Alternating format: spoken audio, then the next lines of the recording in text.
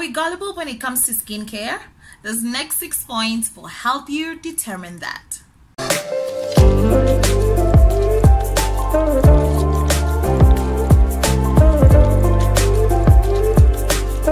Hello everybody, welcome to my channel. This is Slangy. If you've not yet subscribed, you know the drill. I would really appreciate you doing so. And if you're going to find this video helpful, please do give it a big thumbs up. Now let's get to the business.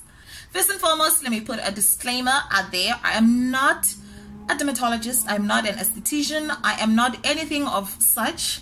I'm just a skincare enthusiast. And I believe that we need to be making informed decisions before we spend our coins on products that are not going to help us. So, I'm a bit closer because I need you to take this seriously. When I was doing research, that's what I do, and that's how I get this information that I'm sharing and other information that I share on this channel. There's something that I've picked up. There's always a battle of, if you're not a dermatologist, you cannot be telling people what to do regarding skincare. If you're an esthetician, you can only give advice of a certain class or to a certain degree because you're not qualified to this extent, whatever. If you're a dermatologist, so many things. And I'm just like, at the end of the day, skincare is personal. We are different.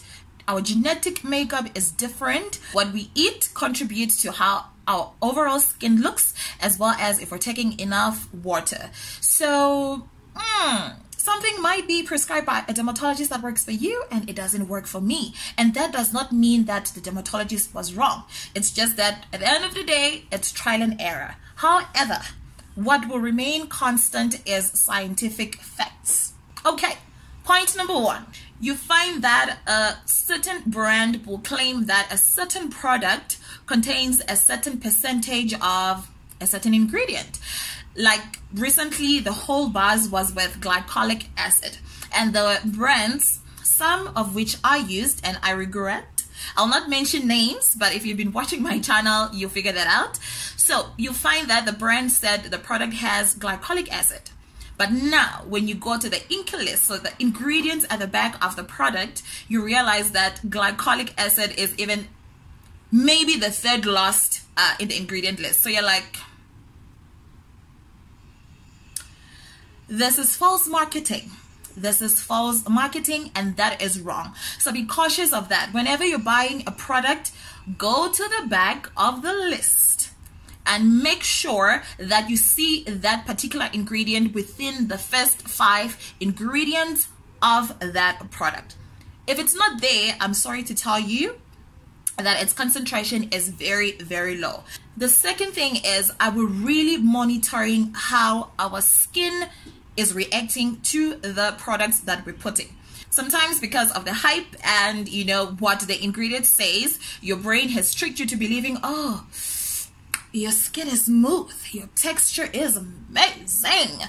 But in essence, that's not really what's going on. It's just a mind game. So whenever you start a new product, introduce it into your current skincare routine bit by bit, and you see how it's working with everything else. In that way, you'll be able to tell if this product actually works for your skin or your skin type or skin condition, because sometimes that product could be a treatment. So you really need to put it on yourself and make sure that you're monitoring how your skin is reacting.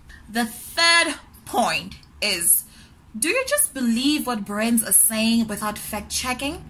I've been disappointed so many times. I've endorsed brands and then later on I realized that, oh shucks, I shouldn't have, because I didn't do extensive research to validate what the brand was claiming. And in certain cases, you do find that what the brand is claiming could be in the product. However, its effect is very little. So you can't even sue them, because they'll be like, well, is the ingredient not in the product? You know, but is it working at the magnitude that it should be? No. So before you believe what a brand comes out and claim, make sure that you investigate those claims, especially if you are willing to spend your coins on that particular product. At the end of the day, you need to get your money's worth. Fourth thing, this I've also realized from watching YouTube professionals, so dermatologists, skin doctors, physicians, cosmetic formulators, and the likes, you'll find that there are varying opinions. So in certain cases, it could be dermatologists who agree that maybe this percentage agrees that no, this ingredient is wrong, it shouldn't be used on skin of color or Caucasian skin or whatever the case might be. And there could be another bench that's just like, hell no, this is fabulous, this is fantastic, you know. So it all comes back to personal choice and personal preference, which gets us back to, you must always monitor how your skin is reacting to whatever it is, whether it's a skincare regimen or it's just new products that you're using. Make sure that you're monitoring how your skin is reacting, because at the end of the day, something might be a devilish ingredient to me and it might be the holy grail ingredient to you. The fifth thing on the list is jumping from one product to another. So this usually happens when you see my skin popping and you ask me, oh, Kangi, what are you using? And I'm like, girl, I've been using A, B, C, D, E, F, G. And you're like, oh, shucks, I need to get A, B, C, D, E, F, G. Now, here's the thing.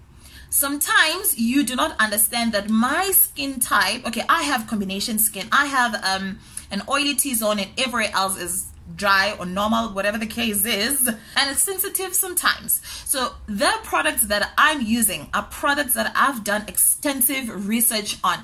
I do not buy a product just because it claims it will do certain things. I will research, watch YouTube videos of that particular product and see what people are saying, read the comments before I spend my coins. Because the unfortunate thing is, if you do damage on your skin, to recover that damage, it's going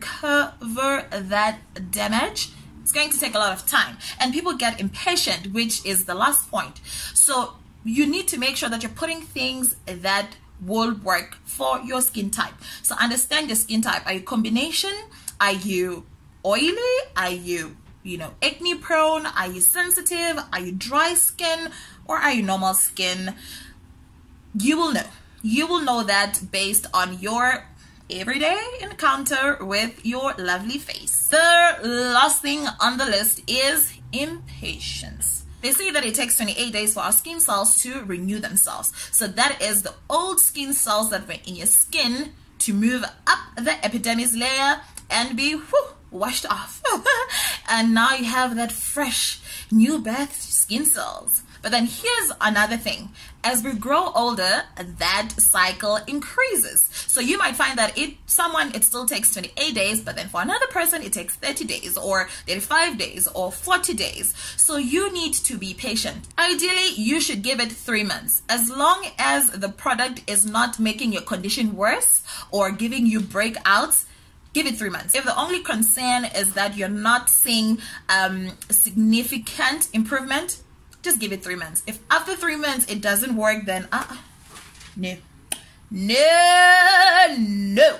Again, this is also tricky because it will depend on people's skin types, people's genetic makeup. Some people, a month, good to go. Some people, 6 months. So everybody, I hope that the 6 points will make you reflect whatever skincare you're currently using right now and whatever products that you're using right now. I hope that you're going to follow the 6 guides to check if this product is really for you or you were just gullible when you bought it. And it's okay, these people have tricks and ways, psychological whatevers, that they use to make people buy skincare products. Just be careful next time. If you enjoyed this video, please do give it a big thumbs up and do chat with me in the comment sections down below. I'd love to know what you guys think, what skincare products you're using, and what new regimens you've currently started adopting into your skincare routine. Do take care, keep well. I will see you in my next video.